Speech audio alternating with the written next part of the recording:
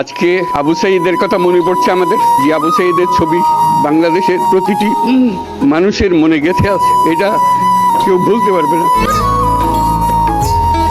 কি অবিশ্বাস্য একটা সাহসী যুবক বন্দুকের সামনে দাঁড়িয়ে আছে, এবং তারপরে থেকে কোনো যুবক, কোনো যুবতী আর হার মানে নাই, সামনে গিয়ে আছে এবং বলছি যত গুলি মারো, মারতে পারো, আমরা আছি। তো যার কারণে এটা সারা বাংলাদেশ জুড়ে এই আন্দোলন ছড়িয়ে গেছে, এবং যার কারণে বাংলাদেশ এই দ্বিতীয়বার স্বাধীনতা অর্জন করলো।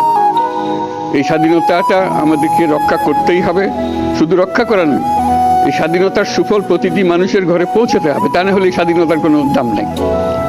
এই স্বাধীনতাটাকে পৌঁছানো হলে আমাদের শপথ, আমাদের যে প্রতিজ্ঞা, যে আমাদেরকে এটা করতে হবে, ঘরে ঘরে পৌঁছাতে হবে। মানুষ যেন জানে যে বাংলাদেশ স্বাধীন হওয়ার অর্থ